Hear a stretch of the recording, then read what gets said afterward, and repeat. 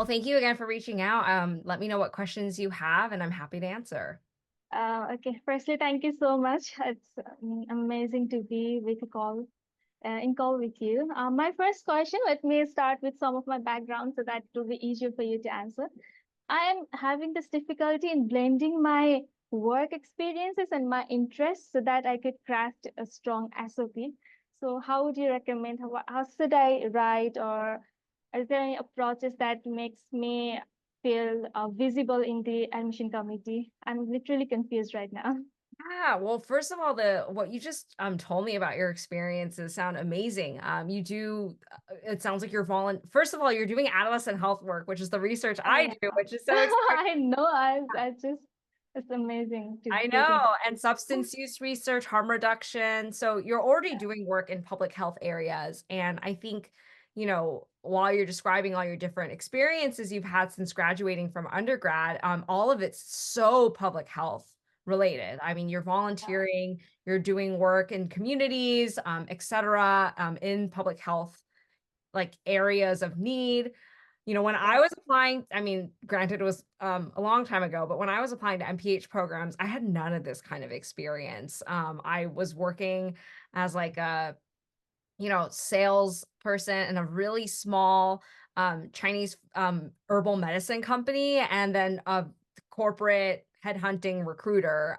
So nothing, nothing pull at the heartstrings. Like I wasn't like helping young, adolescents like build healthier futures. I was like totally in this completely different world. But I found a way to just sort of pull together what little experience I did have from my undergrad, et cetera, and relate it all to public health. And I crafted a personal statement from that and somehow magically got in.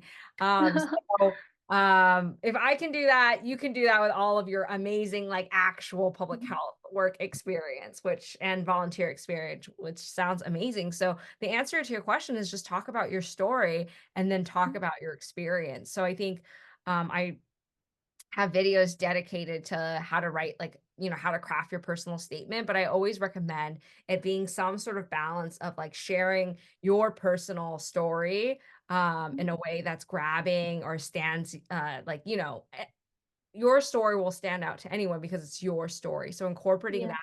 And then, the meat of your SOP is then about kind of the different work experiences that you've had in public health, or the research experience, or your volunteer experience, whatever it is you've had that has led you to wanting to then pursue that MPH. And then how do your personal story and sort of your academic work story kind of blend together, it, to then create like sort of who you are and who you want to become.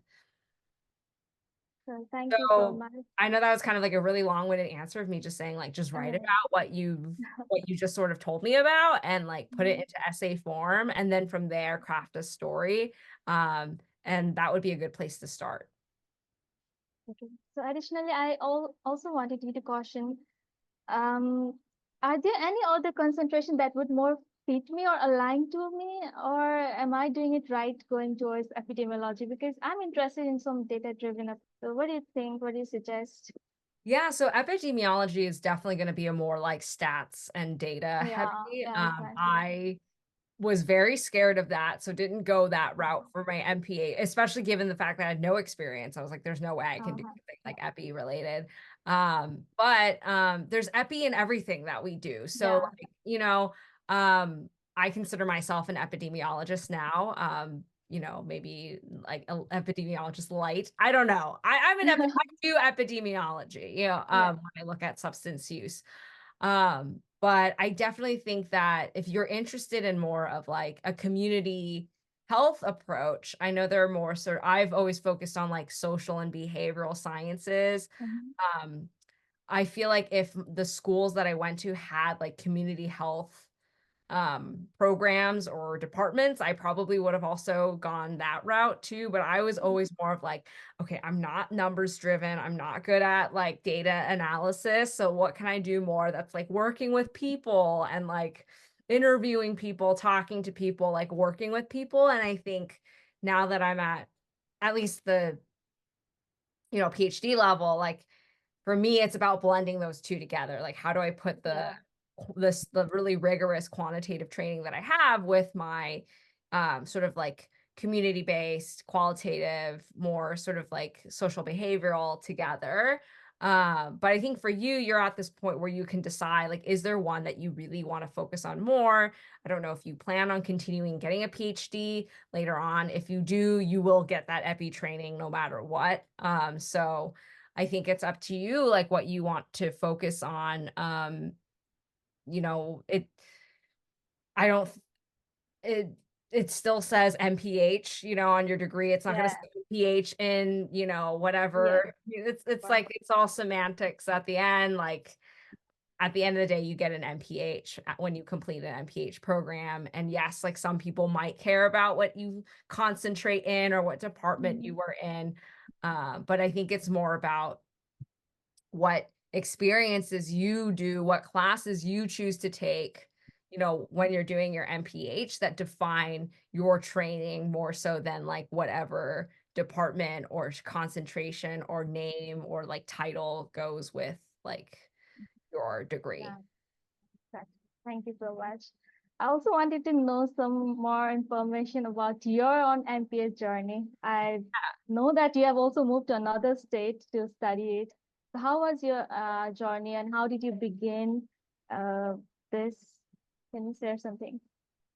Yeah, so I think so I told you I like worked for 2 years at like random corporate jobs and I Mhm. was kind of lost. Like I didn't really I like one gap year turned into 2 gap years and I was like, "Oh no, like I Mhm. don't want it to turn into 3." And I'm like at this job that I don't like wake up and like feel excited. If anything, I dreaded.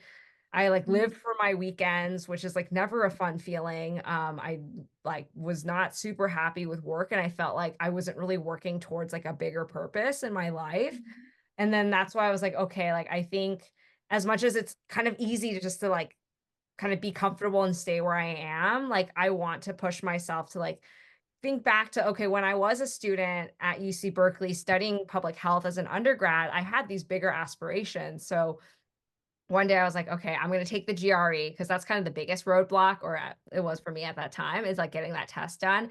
And once I took that test, I was like, okay, then maybe I'll like see if I apply in the next couple of years. But then I was like, an opportunity arose and I kind of thought of it. I'm like, let me just apply now. And then, so I applied to like 15 programs in 1 month. I also have a YouTube video about this. And I was like, let me just Oh, see yeah. what happens. And I got in almost everywhere. And I was shocked because, again, I didn't have a lot of public health work experience. It was all kind of in non related fields. Didn't feel like I had a super strong application. My GPA was just okay. But I got into Yale and Perfect. UCLA. And then I Yeah. decided to go to Yale, even though UCLA would have been cheaper, closer to home, more comfortable, warmer. I was like, I don't know what I did. I was like, UCLA seems too good. I think I need to like really change things up Challenge. and like go to Yeah. Yale. And so I was like, I need to challenge myself. And it was challenging. My parents, I always tell this story. They helped me move because I Mhm. was like, how am I going to bring all my stuff like across the country? So like my parents, we all took a flight together. We each checked 2 giant suitcases each. And then we got there and like they helped me move in. Like they drove me to Walmart to like buy all my stuff. Like I was like this, grad student who needed to just like have money to like hire movers and do all that stuff. And then I treated my parents to like a nice steak dinner in New York City. We took the train to New York City and I treated them to a nice steak dinner to say thank you for doing all of that for me and like kind of be our farewell dinner. And then I don't know what happened to me, but like we were sitting at this really fancy steak restaurant in New York City. And then I just like started crying. Like, and I couldn't Oh. and I was like, I don't know what's going on. My parents were like, Are you okay? And I was like, I don't know. It's all hitting me that I'm like moving to the other side of the Oh, country. I've never been this far away from my friends and family.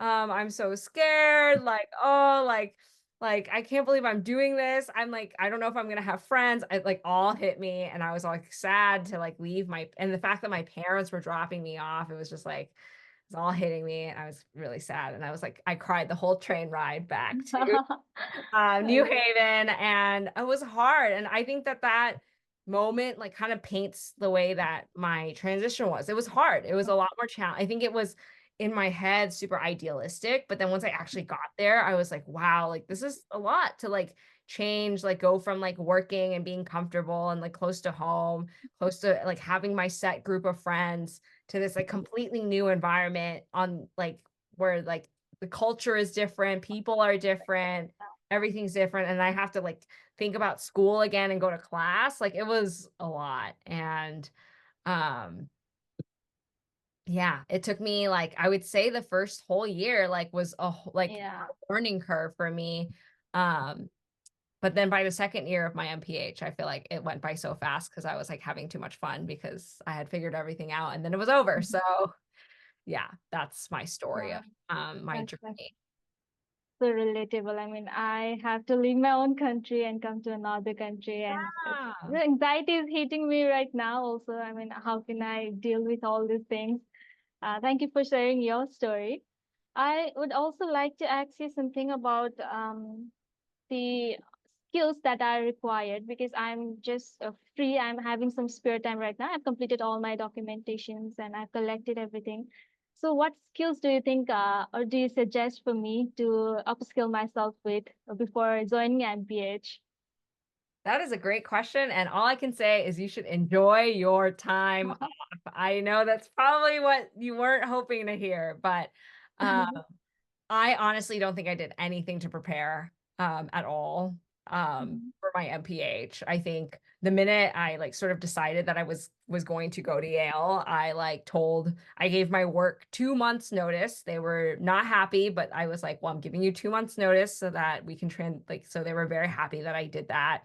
Um, and then I gave myself 3 months of just, like, no work time because I was just so tired of, like, working this job I hated. Okay, hate is a strong word. Working this job that was not fulfilling to me. Happy with, yeah. Yeah. So then I just traveled. I went to Taiwan to visit family. I spent time with my family. I, like, spent time with friends. I went to Disneyland. I did, like, all the fun things. I got it all out and done, and then got to Yale and then buckled down and started my MPH. So that's yeah. So I would say like focus on like enjoying and like I don't know, like if I wouldn't say there are any skills you should sharpen, but like if you want to just like read and like be curious and like kind of do some light like just like, look, maybe do that, but you're gonna have plenty of time to, like, work on that skill building when you're taking your classes, you're studying for your exams, because wherever you go, like, that program is gonna, like, have their way of teaching you, like, Yeah. FE, their way of teaching you stats, so you might as well just wait and then, like, learn it the way they want you to learn it for your exams and for everything, so, for now, if you just wanna, like, read some public health books, like, Goodreads has a nice Yeah. public health book club, list. I recently looked at it for another reason, but there's some good books on there. So if you want to just read some of those books for fun and like get a little bit of education out of it, that would be good. But yeah. Thank you so much. That's really interesting, and you really boost my motivation up. I'd also like to know about the graduate assistantship, that if there is any availability. Also, I'm planning for spring intake if it is possible. If not, I'll go for fall one. So, how do you think should I approach to the department and professors?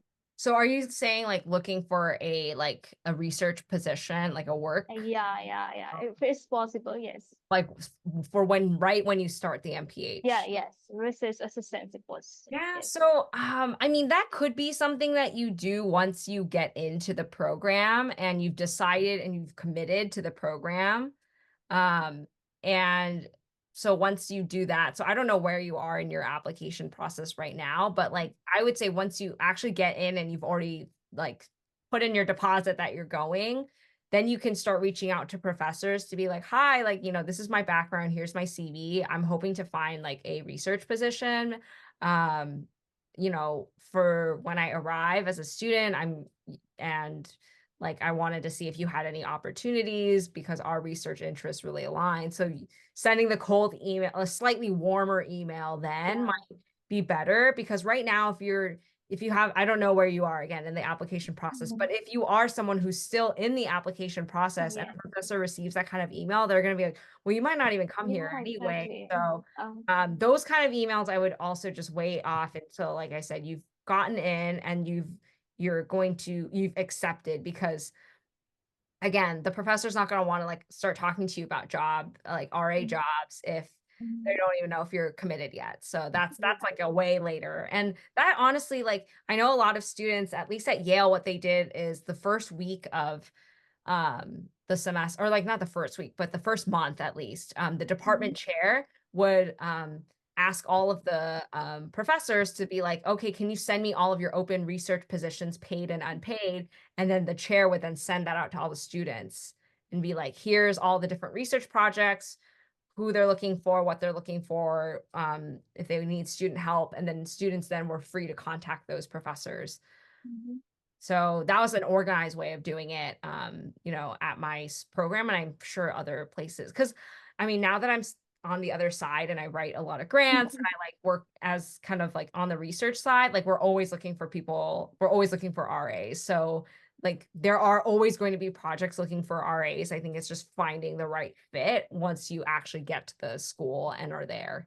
My another question is, I really wanted to look after you. You are such an inspiration for all of us, and I really wanted to know how you stay up to date with the public health scenarios that's going on. You look up to someone or some site or some blog.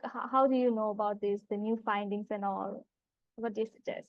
I mean, like, so to be honest, that's very wonderful that you think that I'm like, so I will be honest, like sometimes I'm not the one that's like constantly online. Like I'm usually the last person to hear about like a big news event that's happening. Okay. I personally, for my own mental health, stay off social media. And I think that's why is I don't see like, I'm not caught in all that buzz. So, the benefit is that like again, I'm kind of like I avoid social media, but then then sometimes I kind of Wrong like miss side, like yeah. what's like the big stuff going on. But to for the more public health specific stuff, or at least the stuff that's specific to my research, I mean, I just like constantly like in meetings, going to talks, like talking to my mentor, just like I just hear about the like I'm just surrounded by it. So I know what's going on like in my field of adolescent substance use prevention like all the time, because I just hear about it from the people that I work with on a regular basis. But another thing that I like to do, because again, I like will never like, I guess I'm not the one going out and like scouring news sites and like looking at social media, but I set a publication alerts. So Mhm. I mean, this is Yeah. really specific. I don't know if this is like, but sometimes I know like who's conducting the research, the leading research in my field, and I just like whenever they publish a paper, I get like a Google Scholar email that's like, oh hey, like so every Sunday, like or like I have like a keyword With thing, so every Sunday, whenever a new paper gets published, or every week, whenever a new paper gets published on Sunday, I get like the summary of all those articles that are related to the research that I want updates on. So yeah, okay. JoJo right there. So going towards my last question. I also wanted to know about the summer internship activities that aligns with my study. But if I join in the spring, so will the credit hours somehow affect my summer internship approach, or the fall students might get more chance of getting a good summer internship programs? If there's anything like that, I'm confused. So I actually don't know. Maybe some programs do start in spring. Most programs I've heard of, they do generally start in fall. I don't know. Yeah. All I know is that it won't impact your summer. I didn't even start thinking about summer internships until January of Okay. the year and of that of before the summer. And then when I Mhm. was emailing people in January, they're like, we're not even thinking about summer right now. So like Mhm. I feel like January is like the earliest you would even start looking for a summer internship. There are people that were like solidifying their summer internships like in April or May. So you might not, I know. I didn't want to be one of those people, but I feel like I figured mine out by like late February or early March. Oh, Um so Yeah, even if I would only say, like, I guess if you're starting in the spring, it's just gonna be kind of a lot to be, like, starting a new program and having to look Mhm. for an internship at the same time. Yeah. If anything, that might just be more for you to, like, kind of do and balance, like, but in terms of, like, the timeline to getting an internship, starting in January is not an issue. Okay, so thank you so much.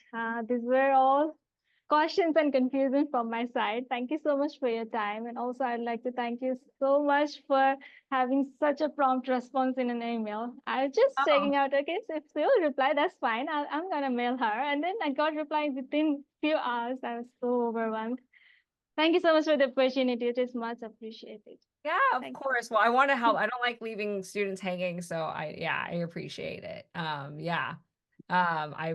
Yeah, this is what I do this channel for, is being able to, meet students like you and help you out, so of course I'm gonna respond to your emails as soon as I can. So you happen to be lucky, I got to you in a couple of hours, that's pretty you. good. Yeah, Thank you. yeah.